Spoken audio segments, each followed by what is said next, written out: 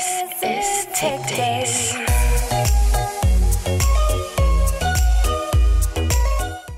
All right. Hi, everyone. Oh, come on. You can do better than that. I came all the way from America. Hi, everyone. There we go. Thanks. How's everyone doing this morning? Okay. Low energy again. I get it. Need to drink more coffee. Or, as I say, install Java into your bodies. There we go. Some laughs. All right. So my name is Jessica Deen. I'm a cloud developer advocate with Microsoft. I'm here, frankly, and to make it simple, because I love technology and I love community. So I have the best job in the world because I get to code, be an engineer, and talk to people all over the world about awesome technology. I tend to focus very heavily on Linux, open source software, DevOps, and containers. Non-technical facts about me: I love Disney and CrossFit. So if you follow me on pretty much any form of social media, you'll see something of the sort in addition to code. And you can find me online at JL Deen, no relation to James Dean, so there's 2 E's in my last name, on GitHub, Twitter, and Instagram. A short disclaimer before we begin. I have roughly 60 minutes with you, now about 58 minutes with you because I've spent 2 minutes doing an intro. But in the next 60 minutes or so, sadly, I'm not going to be able to make you an expert in anything that I show today. However, that's not the intention. The intention of everything I'm going to show is to get you thinking, to show you what's possible, and then at the end, to give you sample code you can use on your own time to go off and get started. So now we're going to dive right in. And before we do, we kind of have to level set. So our industry is changing, right? We have technology that's shifting. We're kind of in this digital transformation. And this is a study that was done by Gartner and Business Review. And they estimated that by 2020, 1 million devices per hour would be coming online. 1 million devices per hour. 2020. We're almost in 2019. It's a little over a year away. By that same year, the average age of an S&P 500 corporation is estimated to be 12 years of age. Compare that to the 1960s, where the average age was 60 years old, right? Companies are getting younger. More and more companies are spinning up. More and more devices are coming online. There's rapid growth and momentum that's happening. And us as developers and operations architects now have to adjust and scale. It's also estimated that by 2025, 60% of computing would be done in the public cloud. And because of the growth and the momentum we're already seeing to the cloud, I personally estimate that percentage to be a little low. It's probably closer to 70, 75%. So how do we deal with this growth? How do we deal with this transformation? The first thing we have to do as a community as a whole, and then from Microsoft's perspective, is we need to listen. We need to listen to the people involved. So for any of the developers in the room, and just a show of hands, how many people would identify themselves as a developer? Wonderful. And how many as an operations architect or IT pro? Awesome. So there's a healthy balance. So don't worry, IT pros, you get your moment too. This isn't all about developers. But tell me if this sounds familiar. I need to create applications at a competitive rate without worrying about IT, right? Essentially, I don't need IT or ops to be the bottleneck. And then, of course, the age-old saying of, it works on my machine, it's your server, it's your problem. So as a result, developers tend to feel that their productivity and application innovation become suspended because they have to wait on IT. So IT is the bottleneck to the developer's progress. And I told you IT, we get our moment too. My background originally, I spent 10 years as a systems administrator. So from the IT ops perspective, I need to manage servers and maintain compliance with little disruption. So I can't just give unfiltered access to the developers to fix it so it works on my server just like it did on their computer. But I'm also, since I'm not innately a developer, I'm unfamiliar on how to integrate your development application with my servers. So I now need to work with you. And I can't focus on both server protection and application compliance simultaneously. So in other words, The developer is also in some way a bottleneck to the operations person. So how can we remove the bottleneck? We work together. So that brings us to our next slide. And this says IT stress points. But it's not just IT for the IT pro or the ops person. This is information technology or this technology era stress point concern. So if you write code, if you develop software, touch software, write the infrastructure or bring up the infrastructure that software runs on, these are our stress points. We all have to worry about security. We all have to worry about efficiency. And we all have to support this innovation and transformation that we just went through. That's why cloud is such a big conversation starter, right? You have a traditional model that we're all familiar with, and then there's a cloud model that kind of sets up this new containerized microservice architecture world. The traditional model, right, had dedicated infrastructure for each application. Your hardware was purpose-built. Your infrastructure, operations, software teams were distinct and separated. I often use an analogy that it's like a 6th grade dance, and that hits really well in the United States. I have no idea how that works here. However, you know that awkward age when you're growing up and you have people on one side of the room and people on the other side of the room, and no one wants to come together and hang out in the middle? That's kind of how those silos and separated teams worked in the traditional sense. And the process and configurations you had were specialized and built for that project, for that set of hardware. However, in the cloud model, it sets us up for a different story, right? It sets us up to be scalable. So now we have loosely coupled apps and microservices compared to the old school monolithic application. The industry standard hardware that we use now is again, standardized across the board. It's not purpose-built for one project for one purpose. And now we have service-focused DevOps teams. So we've removed the silos, and instead we can focus on delivering value to our customers. And the process and configurations we use are now standardized across the board. So that's where the term DevOps and the concept of DevOps comes in, right? It's actually a 3-stage conversation. It's not just CI/CD and source control and monitoring. It involves a lot of different components, starting with people. That's why we always start talking about people that are involved. And then we'll go in and talk about process and these standardized practices that the cloud model is also based on. And then we'll talk about the products that will help us meet the DevOps goal. But what is the definition of DevOps? What is this goal? DevOps is the union of people, process, and products to enable continuous delivery of value to our end users, right? The most important word in that slide is value. If you're not delivering value, what are you doing and why are you doing it? These are things that we have to consider as we move forward regardless of what product we use. And I always start talking about DevOps and practices prior to diving into Kubernetes and then more specifically Helm, because people don't realize the reason why those products and those tools are valuable is because they're built on the DevOps practices that enable us to deliver value. So these were what those practices look like, right? We've all heard infrastructure as code. We also have source control, version control, maybe pipeline as code now too. So we have our pipelines in YAML and we check those into our source control. We have continuous integration for build, continuous deployment for release. We have automated testing, release management, performance monitoring, availability monitoring, right? Metrics, how can we gauge if we're delivering value? Are we doing load testing, auto-scale? Are we doing all of this as part of our pipeline as code? And then also the ability to roll back and roll forward.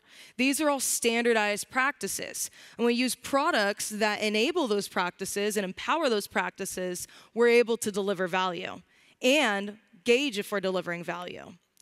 So benefits of implementing DevOps, and this is a study that's done every year by Puppet Labs. And these numbers are relative, right? They change year over year based on the studies that are done.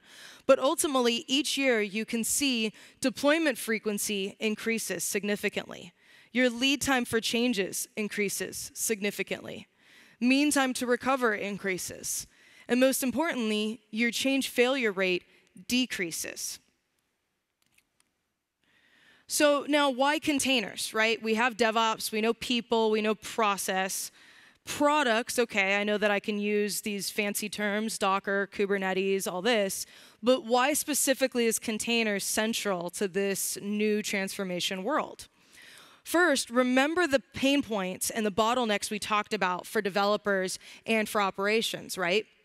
For developers, containers enables this write once, run anywhere ability. It enables microservice architecture. And as a result, we're now able to have dev test environments that are repeatable, whether they're local on a dev system or up in the cloud. So for operations, we now have portability. That's one of the biggest benefits. We now have standardized dev, QA, staging, canary, prod, whatever you want to call our environments, they now can be standardized. I know it's going to be repeatable each step of the process. That still means I still have my environment stages, but I've removed some of the bottlenecks and pain points I had previously. So it's great that now we can understand where containers fit into this, but what actually is a container, right? First off, I love blowing everyone's mind when I tell them very strongly, a container is not a real thing. It is just an application delivery mechanism, and it uses process isolation. For a lot of people, when their background is maybe more Microsoft focused, it doesn't make a lot of sense because a container from the core is actually based on several Linux kernel features. So you'll hear things, specifically in the Kubernetes world and in the container world in general, you'll hear things like namespaces, right? That's what a process can see. So that's things like your mounts and your network, and even your C groups. And then C groups is what a process can use. That's things like memory and CPU. And you'll see that in Kubernetes deployments, because one of the best practices is to set resource requests and limits in your Kubernetes YAML files. You do that by saying, I need this container to have access at least to this amount of memory, this amount of CPU, and cut it when it reaches this much, because that's too much. My application shouldn't need that. If it's asking for more, there's a problem with the pod or the container. So it's important to understand where these pieces play in. On the namespaces side, when it comes down to mounts, that could be tying over into persistent volumes, so you can make your application stateful by nature. Now, what is Docker? Because we now understand what containers are, and I keep mentioning Kubernetes and Helm, but why does Docker fit into this? I thought Docker was a separate company, a separate product. Kinda, but kinda not. So Docker at its core is an open source container runtime. It has Mac, Linux, and Windows support, which means it's cross-platform. And at its core, it's a command line tool, right? I can use it to create a Docker file, to run a basic container locally, set things up on my local dev system, and then figure out where I want to put that Docker image. And it uses the Docker file format. That's a layered file format. And we'll take a look at that system in a second. One of the new things that Docker also has, specifically on the Docker for Desktop version, is they actually have a way for you to set up a Kubernetes cluster locally on your system. So it's not just a separate entity anymore. Docker has very much gone all in on Kubernetes. So this is what that Docker layered file system looks like, right? You start with a base image. In this case, we have Ubuntu 15.04. And then in the middle, for the actual image, that's the read-only layers, right? So all of those layers, when you make one change, one of those layers will get changed out and then recached. Any of the read-writes happens at the container layer that actually sits on top. So this sounds great, and I know PowerPoint pictures are swell and awesome, but here's a real-life picture of that. This is actually a direct Docker file image from a Kubernetes pipeline DevOps tool that I use, that we're going to use in today's demo. It's called CodeFresh. And I like it because it colorizes and visualizes what an actual real Docker file deployment looks like. We're going to all live out our dreams, or at least my dream, of hunting crocodiles using Croc Hunter in just a few minutes. And this is the Croc Hunter Docker file. It's already available on GitHub. You guys can go play with it as well. But you'll notice that anything I would put in a Docker file, label, expose, command, work directory, all of that are different individual layers. So if I change one line, it's only going to recache that one layer. It makes for a really powerful, immutable, and fast container spin-up system. And we'll see how that works. So I understand now Docker files and kind of that containers aren't a real thing, but how does it actually differ from virtualization, right? What does that actually look like? Well, there's two types of virtualization, both of which are going to have the hardware at the bottom. One, you're going to have your hypervisor sit directly on top of your hardware. In type 2, you'll have your hypervisor sit directly on top of your host operating system. But in both scenarios, your virtual machine is going to have another guest operating system, another set of dependencies, and then your application sitting on top of that, right? It becomes quite large, quite expensive to manage, and it's really hard to make sure that each virtual machine is going to be identical, even if you're taking snapshots, cloning, moving things around. If you really want to play with 10 gigabyte images, by all means. But on the container side, it's a little different. You have your hardware, you have your host OS, but then you have the Docker engine. And the Docker engine still works even if you're using Kubernetes. You have this Docker engine that sits on top of your host OS. Any dependencies that you need for your system can sit on top of that. But as far as the container is concerned and your application, that's encapsulated. So you've essentially encapsulated a runtime environment. You now have your application and your app dependencies inside a container that you can move around wherever you want, whatever Docker engine, whatever host, and it's going to work the same way. So advantages of using containers addresses the problems we discussed in the very beginning, right? So now for the developer, I'm able to have fast iteration. I've removed the bottleneck. I now have agile delivery. I have immutability. And then for IT, I now have cost savings. I'm not spinning up several different VMs to try to manage all these different environments and wasting my time. I'm also not doing reactive maintenance in that sense. I now have more efficient deployment, right, because it's predictable. And I also have elastic bursting. I can burst into maybe Azure Container Instance or the public or private cloud, depending on what my data center is using. So I have a lot of freedom that I didn't have previously. So now, since I know PowerPoint is awesome as it is, we're going to go into a real-life demo. And I'm going to switch over to the Croc Hunter demo that I promised you. So first off, to show you what it is, this is the same demo that I used at Ignite, which is why it says Microsoft Ignite. And I love using Croc Hunter for a few reasons. One, it's a very simple application. It's just a JavaScript application wrapped in a Go web server. And I can pretty much make it do whatever I want, including shoot little Azures, because Azure's saving the world. But if I refresh this, more importantly, I like it because it makes it easy to kind of understand this container world. So you'll notice that something I have here says hostname. When I refresh this page, that hostname is going to change every time. The reason why is because this is running in a Kubernetes cluster. I have 3 replicas of it, so there's 3 different pods that's spinning at any times. It makes it easy so that when I do an update, it's going to kill one of those pods, one of those 3. It's going to roll out the new version, wait for this version to get healthy, kill another one of the second ones, do another second version, wait for that one to get healthy, kill another one, wait for this one to get healthy. So I can have a rolling update with 0 downtime at any given moment. I also like this version because I can see my commit ID. So it makes it easy for me to show people how roll forwards, roll back, new deployments work. So let's take a look at that.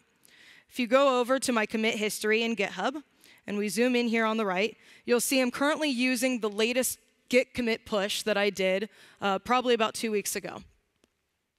Now I have a previous version that let's say I want to roll back to. I want to show you the power of using Kubernetes. And actually what I didn't tell you about Croc Hunter is it's also wrapped in a Helm chart. So that's how I'm able to manage everything, even down to the fully qualified domain name that's backed by an SSL certificate that's issued by Let's Encrypt that's also being handled by my Kubernetes cluster. So I can manage all parts of this completely as part of my deployment. Let's see how. So first off, I'll zoom in here just a little bit. I have a Croc Hunter repository, and this is CodeFresh. CodeFresh is a CI/CD tool specifically designed for Kubernetes deployments. It makes my job in explaining something very complex very easy because it's very easy to use and it's very easy to visualize. So I'm going to click on my pipeline. And this is a pipeline I've been using for the past few months. which is why it says OSCON. And I'll scroll down a little bit. And first off, when I zoom in here, you can see I have some credentials going on. So I also am pushing all my images and my Helm charts to a private repository. And for this instance, I'm using JFrog Artifactory. I'm doing that for two reasons. One, they were one of the very first companies that supported both private Helm chart repositories and image scanning directly connected over to my Artifactory instance. So that's a second reason. Not only am I pushing anything I need for this deployment, I'm running several scans as part of the pipeline as well, including Selenium UI tests and vulnerability scanning on my Docker images. You can also see, scrolling down a little bit more, you can see additional information about repositories, my release name. I am putting everything into its own namespace, which is another best practice, and we'll recap on that at the very end. You can see my host name, which is the same host name I showed you that's backed by an SSL certificate. That's actually handled through an ingress controller, and I have some blog posts that are available online to learn a little bit more about how that works.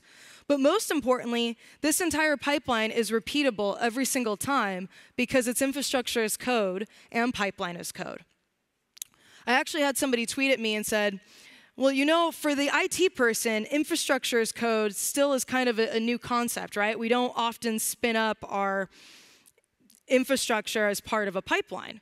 And I looked at them confused, and I said, I do that in every single demo I ever do, because that's my Helm chart. Every single thing I do is my CI/CD pipeline infrastructure, and we'll see that in a bit.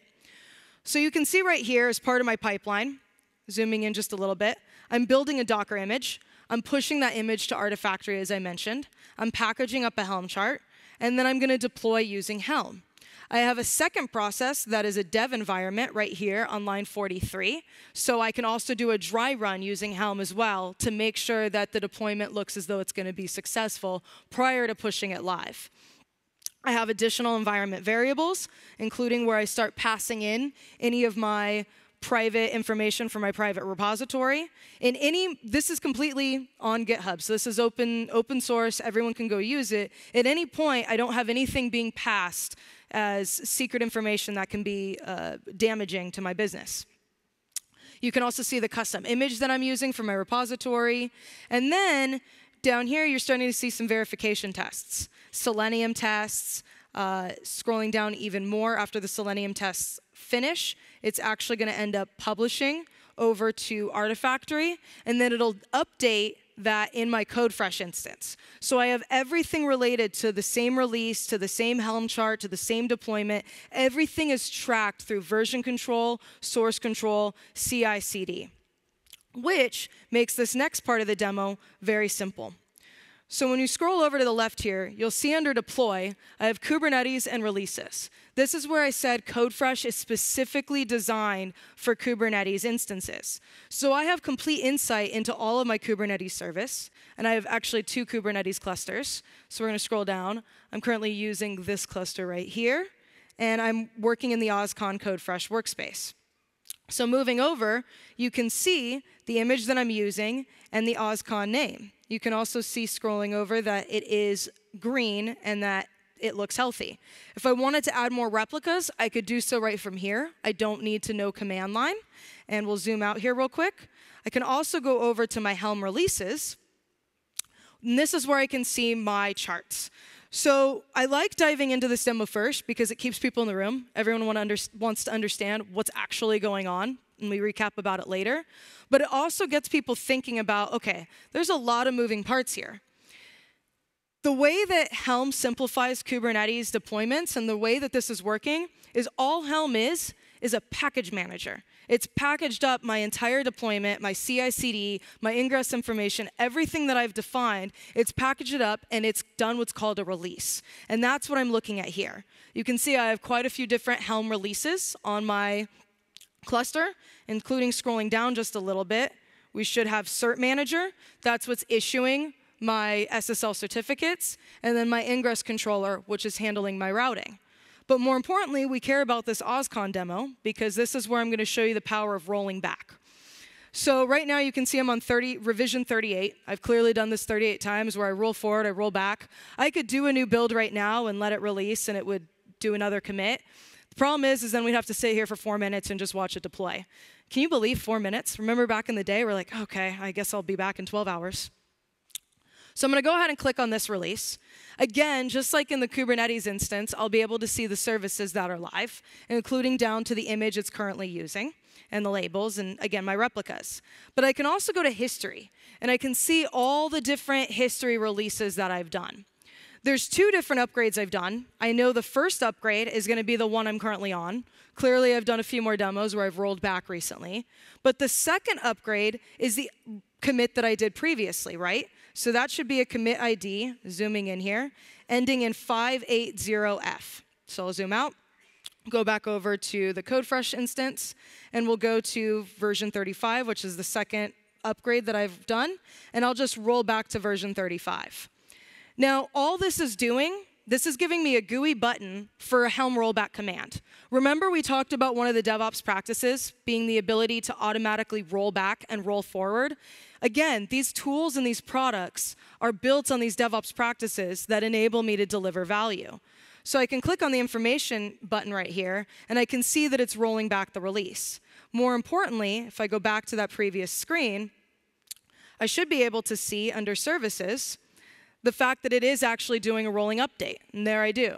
So now we're seeing that I have 2 of 4 that are live, right? It's spinning up that new one. It's waiting for this one to become healthy. It killed one of the other ones, but I still have 2. So the website's still live. It's still doing things. I can also see, zooming into images, that the image number changed. So it says it has kind of 1 image and a second image. And it's doing that because it's doing a cycling update. So we'll refresh this one more time and see. It should be almost done now. This is also the benefit. I can, again, quickly recover, roll forward, roll back in the event of a failure. So this took all of 20 seconds.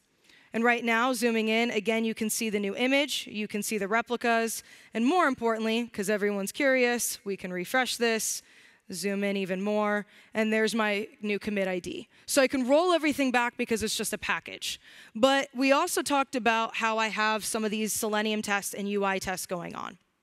So if I go over to my artifact images and I click on my actual image itself, we'll zoom in here just a little bit, you'll see things under summary. For one, you'll see the Docker file. That was that Docker file I showed you.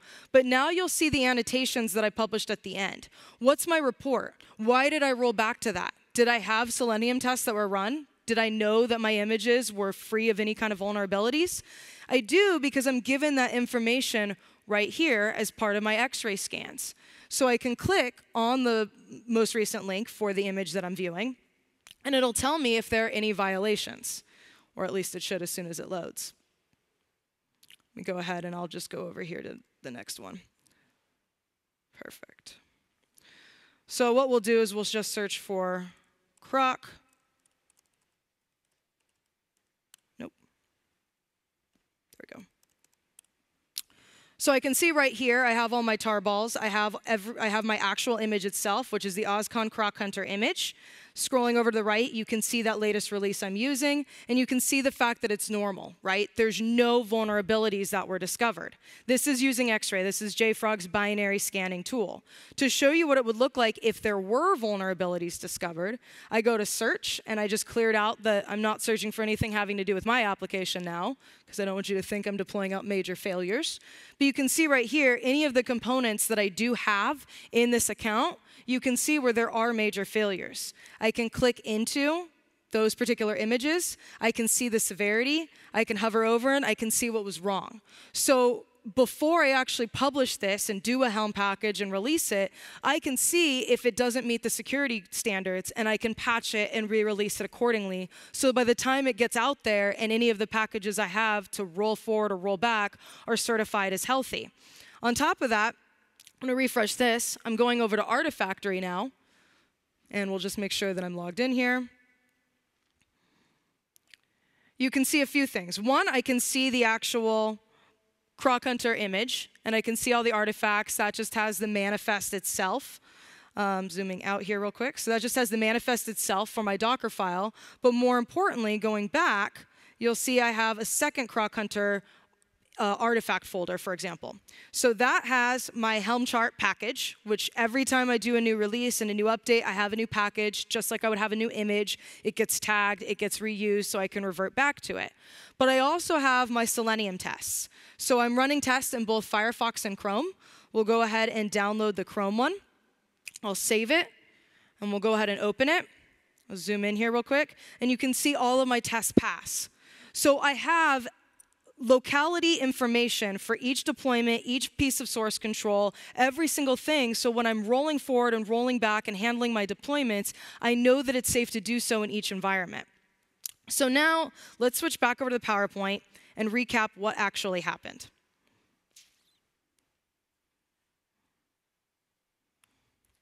So what did we just do? Because there were a lot of moving parts, right? In the grand scheme of things, it's actually pretty simple. We took code that's living out on GitHub, and that's a repository you can go and fork and use today, including, by the way, the CodeFresh YAML. The entire pipeline, like I said, is available. You can go and play with that. CodeFresh was handling our Kubernetes deployment. In it, we did a Docker build of our image. We packaged up our Helm chart.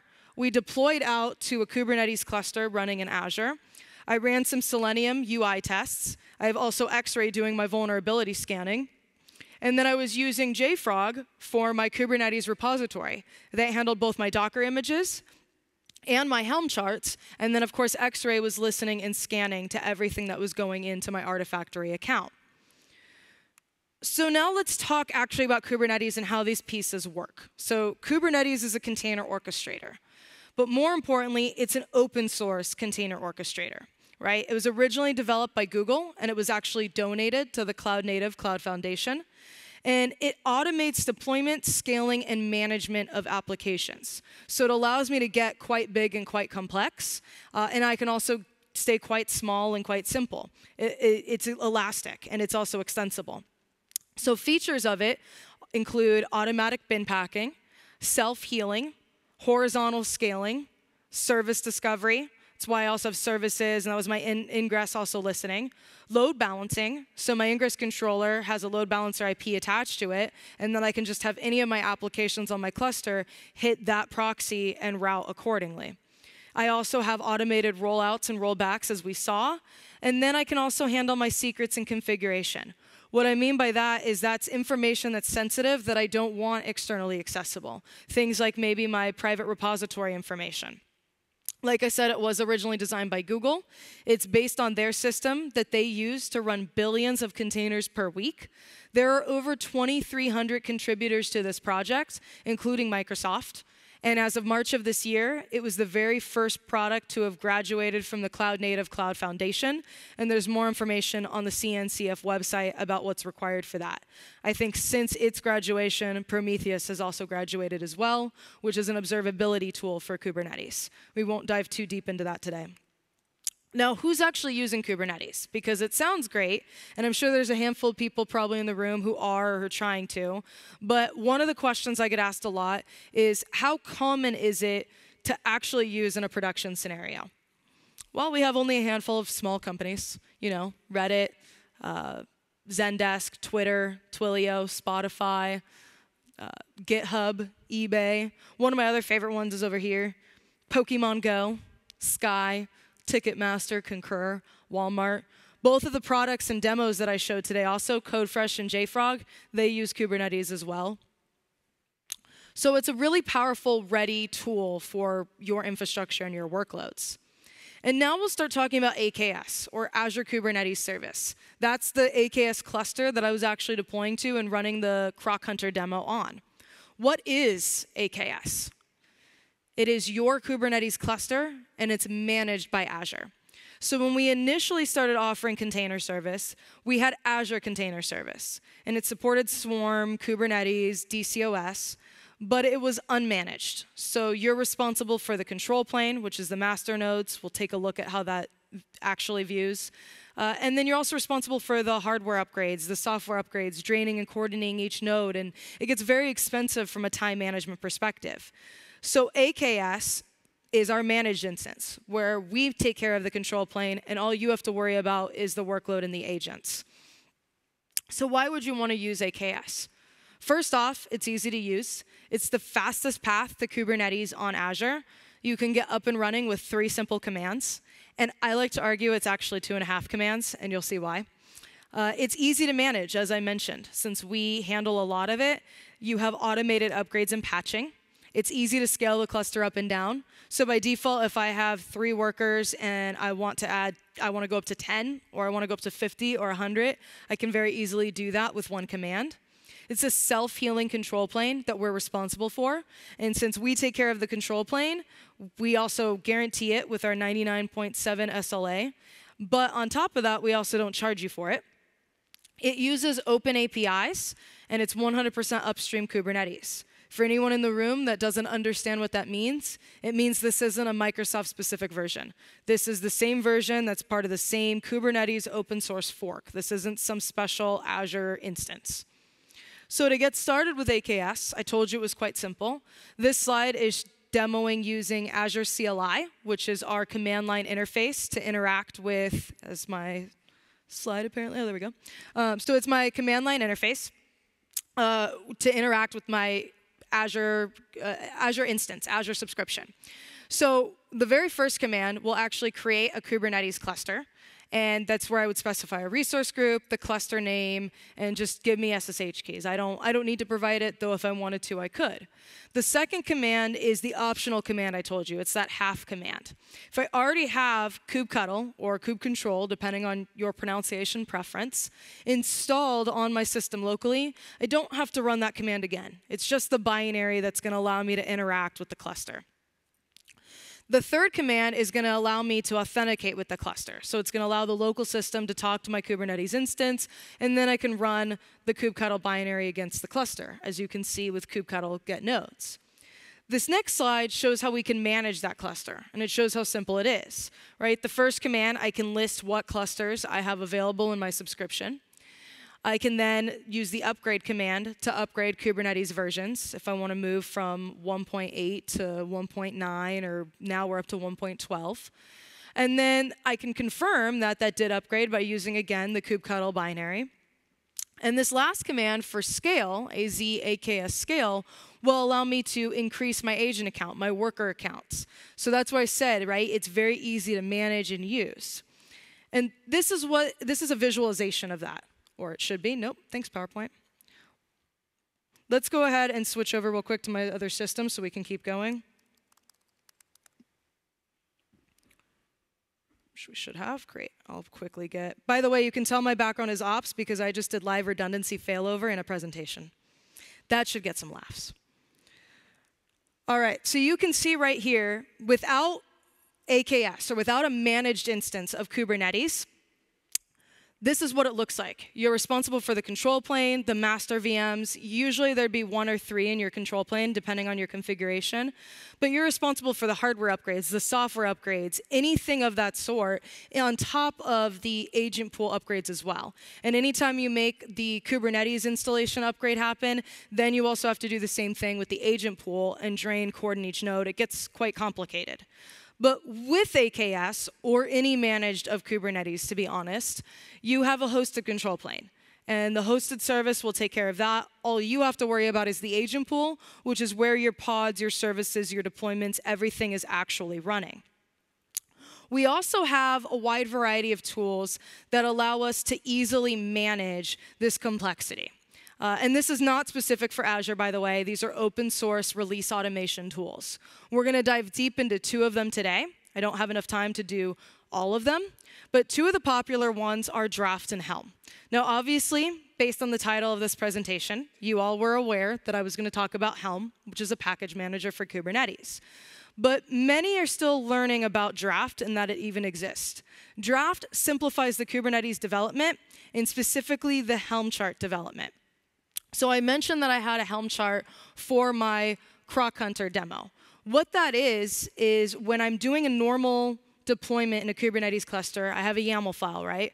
I have a deployment YAML to deploy a pod, and then maybe a service YAML to connect a service to that deployment and make it externally accessible. When I start adding more and more components, it gets harder and harder to manage. And there's a lot of lines in YAML that are actually the same. So if I had a template of some sort, or I was able to use variables, it would streamline my job, and I could just parse those variables in. That's essentially what Helm is. Helm uses a template engine and allows me to simplify my deployments. It allows me to package everything and have one YAML file for 10 others. So it uses what's called a chart.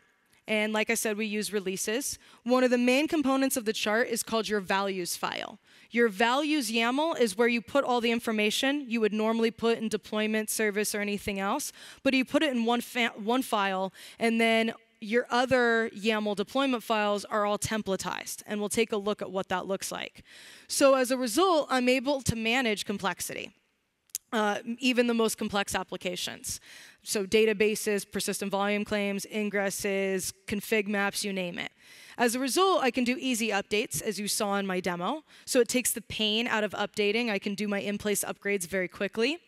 I can simply share. We also saw in JFrog that I was packaging up my Helm chart and pushing it up as a tarball. I can have my own private Helm chart repository that I pull, and any number of charts can depend on another number of charts, just like Docker images. And then I can also use rollbacks, which rollbacks can also be used to roll forward. But I can use the Helm rollback command to roll back to either an older or more current release with ease. Here's another visualization of Helm charts. So it allows me to define, install, and upgrade even the most complex applications. I have my services, my load balancer, any custom config maps or custom resource definitions. Everything gets put into one box that then I just deploy out. And Draft helps simplify that, because for a lot of people, and even for myself to this day, writing those Kubernetes YAML files is tiring and exhausting. So as a result, I can use Draft to generate my Docker file and my Helm chart for me without any lines of code. I can do this using 2 simple commands. And that's one of the ways that Draft simplifies development. So as a result, using just Docker on my desktop with Kubernetes enabled, I would use Draft create, which is going to create all the files I need. It's going to auto-detect my application using language support. It uses what's called draft packs to detect what language I'm writing in. So it'll create my Docker file, my Helm chart, and give me that values file I can fill in and modify. But I don't have to. I can leave it as is and then do draft up, and now I'll have a working running deployment, and I won't have to do anything to change it. So we'll take a look and see what that looks like. I'm going to close out a PowerPoint here real quick and say update later. Please do not restart this version of PowerPoint.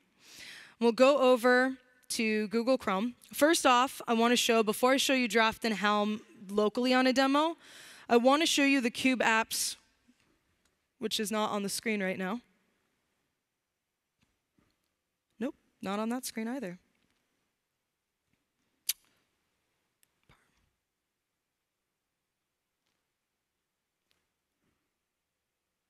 And there we go.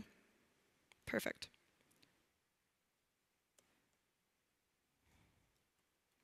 OK, so I want to show you the Kube Apps Hub. All of these are public charts that's managed by the Helm team. These are all ready for consumption today. You can go out and use them, and we'll show you kind of what that looks like. But we have a wide variety of charts, including Microsoft Azure own charts, as well as certain products that I use today. And you can see even Azure Monitor for containers. There's a really big one with Jenkins. So how many people in the room like spinning up a Jenkins server manually? Yeah, me neither. So you can actually use the chart with that values file and their chart. You don't have to have it locally on your system, just as you would any Docker image. I want to use the Microsoft ASP.NET Core as my base image and then go off and apply it. I could do the same thing with the chart and then just override with my parameters. And I'll show you what that looks like in a second. So I wanted to show you that there is public repos, but let's talk about starting from scratch. So here's my terminal, and I'm going to make this significantly bigger, because I'm sure we can't see it yet. It's getting bigger. By the way, if you're curious about my .dot files, that is available online and will be in the slide at the very end of the presentation. So first off, you can see off to the right here, I am using Docker for Desktop. So this is a local instance of Kubernetes. You can see right up here, which apparently Kubernetes has actually failed to start. Let's go ahead and quickly restart that real quick. But you can see that I have Docker installed and Kubernetes running in the background. So we'll let that restart, which is going right here. To show you how easy that is to set up, under Preferences, zooming in, under General, this is just the Docker install, and I have a Kubernetes tab. There's a little checkbox right here that allows me to enable Kubernetes and set it up so I have it for local development. Now, what I also have while we're waiting for this to start up is I'm currently viewing a draft folder example Python. We're going to play with a Python application. We already know that Helm works for Go because I used that in the Croc Hunter demo. But for this particular demo, I now want to use Python just to show you the power of it. I want to show you what I have in here, which is pretty much nothing. I have a Python file and a requirements file. And I'm going to go ahead and open this up in code. You'll also notice, by the way, that I'm currently using a GitHub repo. So this is a public draft repo. This isn't anything that I created. That is available for you to go off and play with as well. There's a wide variety of applications and languages that draft supports right out of the box. So we'll go ahead and make this bigger. Great. And here is my Python application. You can see it's super simple. We can see that it says Ignite. Don't worry, we'll make a change to that. But I can see that there's my Python application, and there's my requirements. So I'm going to go back over to my terminal, and I'll move this over just a little bit. And I'm going to go ahead and do draft create, right? That's the first command I said. So we'll zoom out here real quick. I'll do an ls. Now I have more files. You can visualize that right here within Visual Studio Code. So I can see I now have a Docker file that's using Python. I now also have a charts directory. And this is the charts that I told you.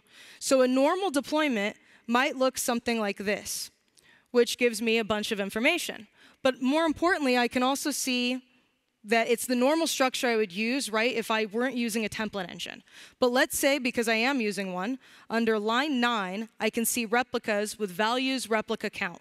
Going over to values, I see replica count 1. So that's that knobs and dials where I can reference everything. And the best part is I haven't had to write a single line of code.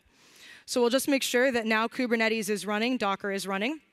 We'll go back to terminal, and I should be able to do draft up, hit enter, and it's going to go ahead and build and release my application.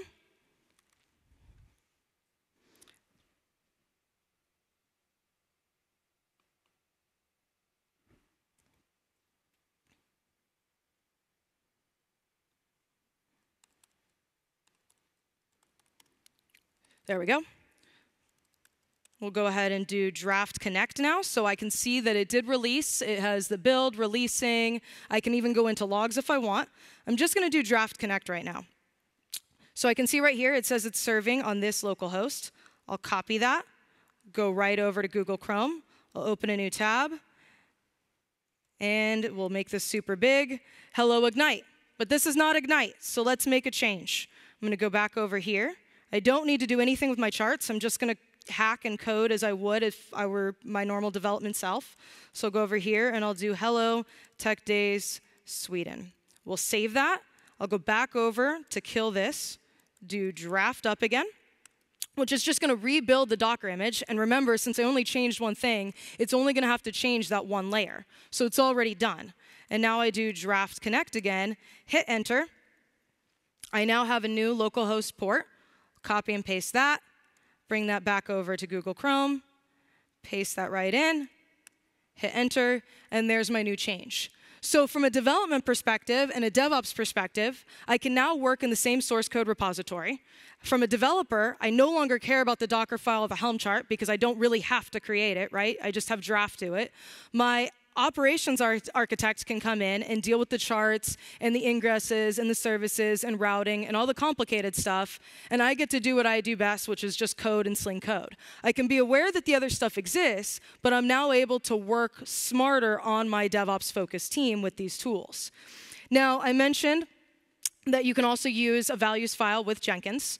So if we go over to, I'm going to open up my Croc Hunter application here real quick, and I just want to show you the Jenkins values file that, again, is available online. So we'll close this window right here, and we'll zoom in here. This is my override file that I'm using. This is a host name. This is a set of plugins that I told it to install. We'll hide this side window so you can see better. Here's a set of plugins. Here's any script approval methods. Scrolling down, this is where I'm starting to talk about ingresses, TLS enabled, even down to RBAC for role-based access control on my cluster. So this is the exact values file that I used to deploy out a Jenkins instance that I have that's live right now.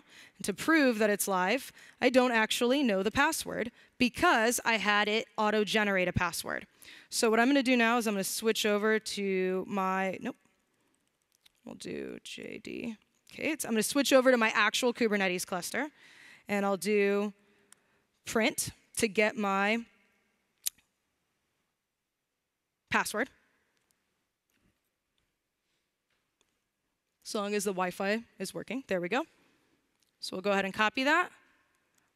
Go right back over here. I'll paste that password in.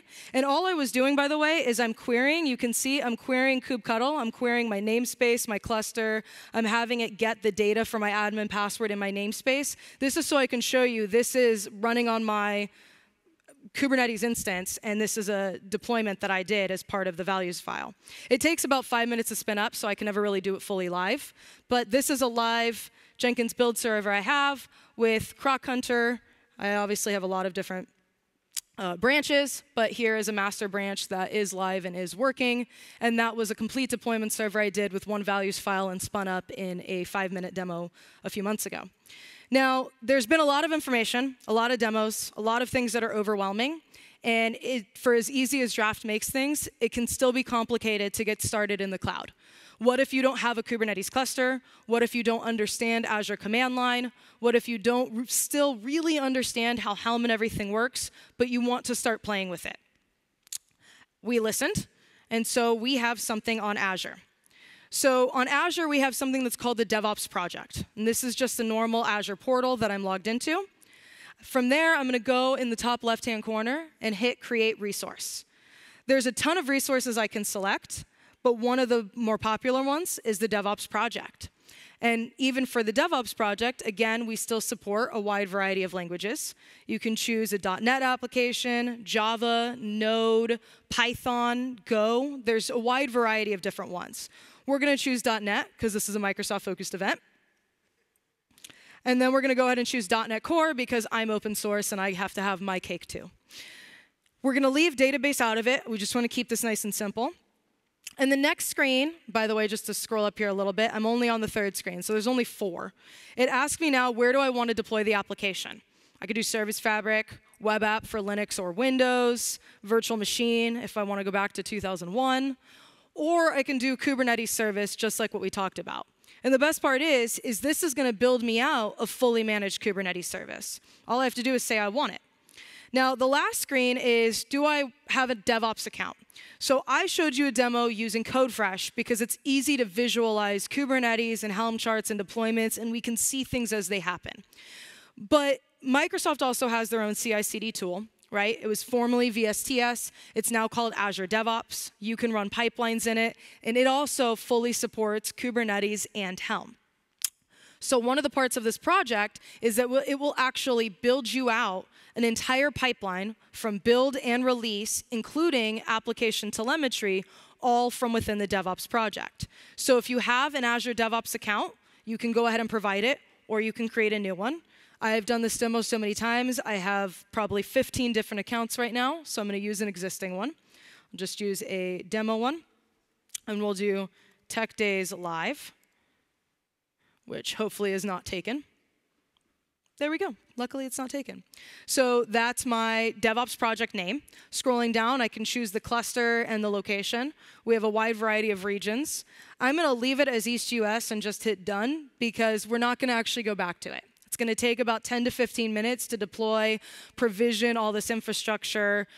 There's a lot of moving parts, right? It has to build out all the architecture, the project, everything. And you can see it's provisioning service requests, service principals, all of that. But when it's done, this is what it looks like. So we're given a landing page with a CI/CD pipeline, a private repository, and by default, Azure DevOps gives you free, unlimited private repositories for your code. Moving over just a little bit and scrolling up, I can see that I have my sample application complete with an endpoint. So if I actually click on that endpoint, it opens in a new tab. Zooming in, you'll notice it's actually a DNS name and not an IP address. That means that the DevOps project set up a Kubernetes cluster with HTTP routing. That's Azure's version of the Nginx demo that I showed you. We'll zoom out here real quick. The biggest benefit is you can take a look at the code that's going to open up in a new pop-out window. And because it's, again, just a private repository with just regular .NET Core code, I can pull their sample code out, put my code in, and the pipeline and everything else is already done for me. And we'll take a look at the pipeline steps real quick. So zooming in here, you can see the .NET Core application. You can see, scrolling down, you can see that I have a Docker file complete with a multi-stage Docker build, which is the best practice. So there's also a lot of information you can learn from in here. I even have a charts directory complete with that values file that I showed you, including, scrolling down to the bottom, line 56 and 57 is an instrumentation key for application insights. So now I'm able to have telemetry and insights and monitoring into my cluster as well. Clicking back over in here, you can see the CI real quick for build. And we'll edit this so you can see the steps. You'll notice that it looks pretty similar to anything I would have to do locally, right? I build an image, I push it. By the way, this also builds you out a private container registry in Azure. I set up Helm. I make sure that Helm can talk to my Kubernetes cluster. And then I package up my Helm chart that I'm going to go ahead and use for deployment, right? A lot of these same steps were what I did in my demo that I was manually doing in code. This is done for you to give you some structure and architecture to go out and use. This is the CD, or the release. And we'll go ahead and hit Edit Pipeline. And you can see that this release looks, again, still very similar to build. Right now, it gives you one basic staging environment. It's just designed to help you get started. But on the release, I'm, again, setting up my hosted agent, which is a computer Microsoft gives you to run your build and releases. I'm installing Helm. I'm setting up Helm to talk to my Kubernetes cluster. And then I'm doing a Helm upgrade command to release out my Helm chart. And again, in any of this, I didn't have to set anything up. This is done as part of the project, and I can take out their sample code, throw mine in, make a few tweaks. Maybe my application serves on a different port, and I have everything up and working. So now we're just going to quickly wrap up here. We'll go ahead and make this bigger, and we'll go back to play from the current slide.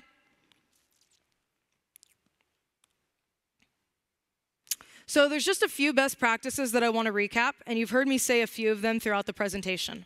For one, best practices when it comes to Kubernetes, and especially as you're getting started, build small containers.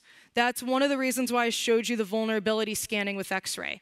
The larger your container is, the more things that are in there that don't need to be, the more chance you have for vulnerabilities, and the more chance you have for risk and security threats. When I also showed you the Azure DevOps project and the Docker file that was provided for you, it's a multi-stage Docker file. That's also a best practice and a way to build small containers, right? I can have my SDK at the top that's doing my build, my .NET restore, all my compiling, and push it to an out directory. And then I can have a second stage for my Docker file, that's my publish, that's just using a runtime image, copying the files from that out directory in the previous, and then creating my actual core image from there. So it's a really small image. Also, focus on your application architecture. What I mean by that is you use namespaces to organize your deployments. So you saw in my Kubernetes deployments, I had things put out into different namespaces. The Azure DevOps project does the same thing. Use Helm charts because it will help you to organize and manage even the simplest and the most complex deployments. Use RBAC. You saw that very briefly in my Jenkins file. RBAC is role-based access control. As a version 1.8 of Kubernetes, RBAC is automatically enabled, so it allows you to lock down your Kubernetes cluster for different CI/CD tools, releases, namespaces, deployments. No one should really have God mode to your Kubernetes cluster unless they're maybe your operations architect. Implement health checks. I didn't dive too deep into this, but Draft will set up health checks for you as part of your provision template files. That allows me to probe my application and make sure it's still healthy and alive.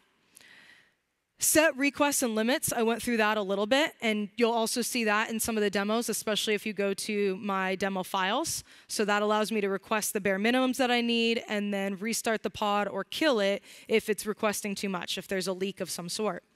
Finally, be mindful of your services. So I still don't recommend using databases in a Kubernetes cluster in production for a wide variety of reasons, read-write performance being a significant one.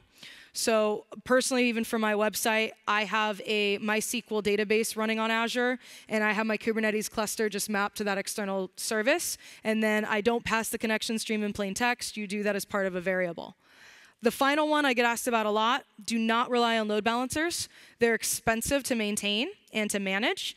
So that's one of the reasons why in my demo I have one load balancer that's attached to the Nginx proxy, or you can use HTTP routing for Azure, and then have all your applications hit that load balancer and that proxy. Finally, since we're right at time, thank you very much. Any of the resources I used in today, you can go to that link right there. I just gave this 2 weeks ago in London, so the resources are all up to date. Again, you can find me online at JL Deen, no relation to James Deen, so 2 E's. You can also send me an email at jessica.deen@microsoft.com. Though I will be honest, since I travel quite a bit, Twitter is probably better. If you use Instagram, I've been in some countries, they don't use Twitter, and Instagram is preferable. By all means, send me a DM there as well. And finally, thank you very much, Sweden. This is TechDays.